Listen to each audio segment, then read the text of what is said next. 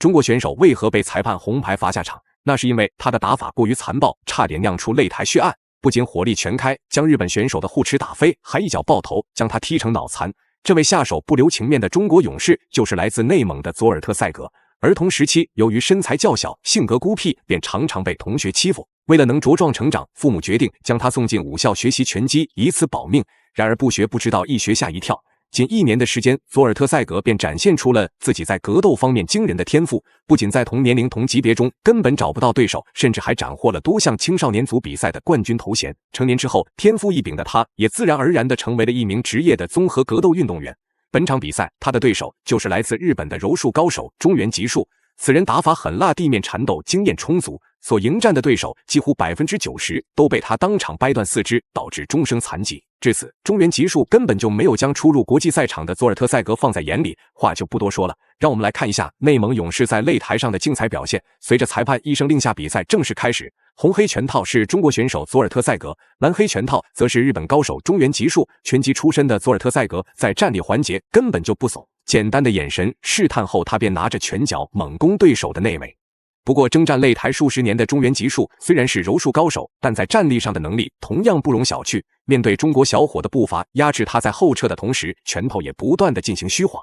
不过这家伙毕竟更加擅长地面缠斗，所以必然不会与对手在站立浪费太多的时间。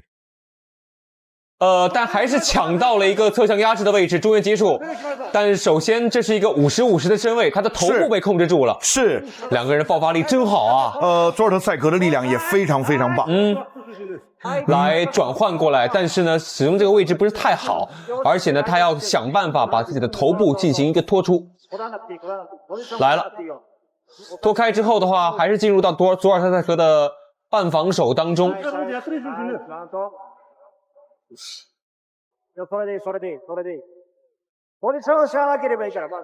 一旦来到地面缠斗环节，中原吉树就像鱼儿得到了水一般欢快。就算他被拿到了脖子，那也没有表现出丝毫慌张，在寻找机会挣脱束缚的同时，还在利用重拳砸击来压制对手。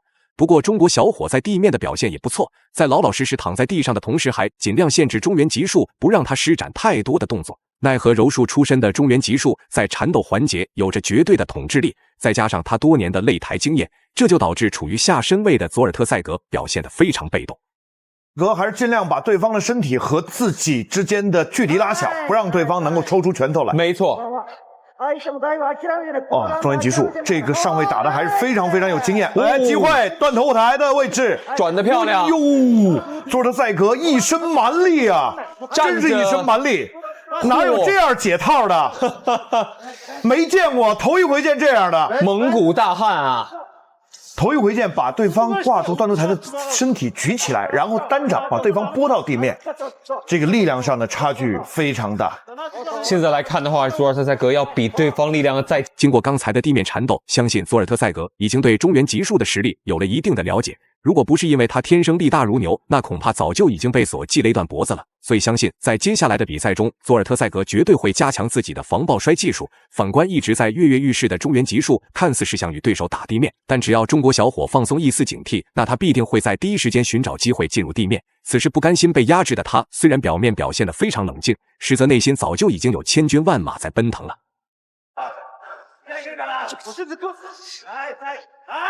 你看，佐尔特塞格手胳膊完全是垂下来的。对，他知道说你的臂展、你的控制距离没法打到我。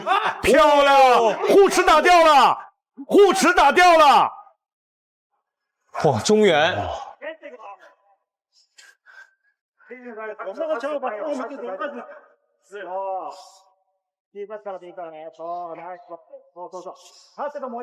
今天他是带着一种居高临下的。经过第一回合的对拼，中原吉树貌似根本就没有意识到事情的严重性，看他这居高临下的态势，应该是想把中国小伙当成软柿子捏了。不过拳击出身的佐尔特塞格岂能容忍被对手在自己擅长的领域压制？但实在是太小看了中原吉树想要赢下比赛的决心了。有一次下前抱摔成功得逞后，这家伙直接拿出了吃奶的力气。无论佐尔特塞格施展什么样的动作与招式，在短时间内都很难挣脱束缚。柔术高手不愧是柔术高手，这么两把刷子没有几十年的功底是很难完成的。转到身后，但是佐尔特塞格凭借着自己强大的力量再次重新起身，并且再把中原顶到笼边。中原要保护好这段时间他的身上任何可能被击打的部位，因为佐尔特塞格有可能在瞬间扑出的瞬间做一个击打。哦，两个人拉开了。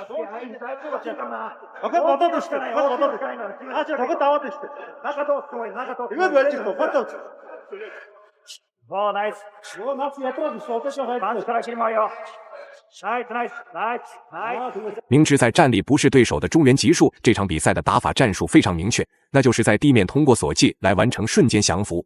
而要知道，长时间的地面缠斗在耗费体能的同时，还非常考验选手双方的心态。中原吉树作为擂台上的老油条，自然能把控得非常好。所以比赛到这里就考验佐尔特塞格对细节的处理能力。此时被挤在笼边的中国小伙表现得非常被动和无奈。反观中原吉树虽然得逞了，但他的处境同样不是特别的好。两位在都做不了动作的同时，还都不能放松丝毫警惕。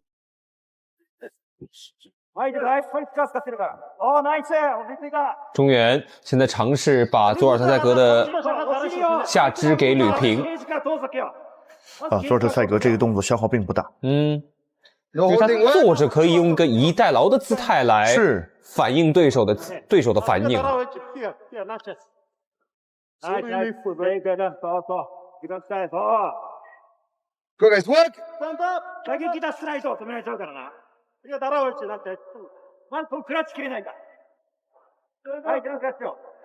中原吉树再次在逆境中展现了他那超高的柔术技巧，可以说只要在地面，那就没有什么他施展不了的动作。而佐尔特塞格除了能限制对手的腿部，也做不了其他的招式，只能任由中原吉树转换身位，一步一步地扩大自己的优势。此时时间还剩下1分多钟，按照日本选手记仇的经验来看，在接下来的时间里，他绝对不会给小伙起身的机会，就看佐尔特塞格能不能扛住压力，坚持到回合结束了。相对好一些，但是也处在骑乘的位置。现在的话，中原吉树要把握好自己难得控制住的有利身位。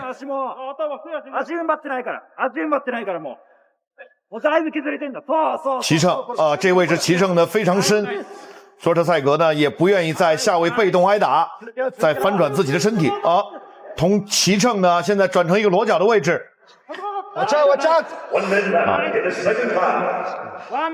1分钟的时间。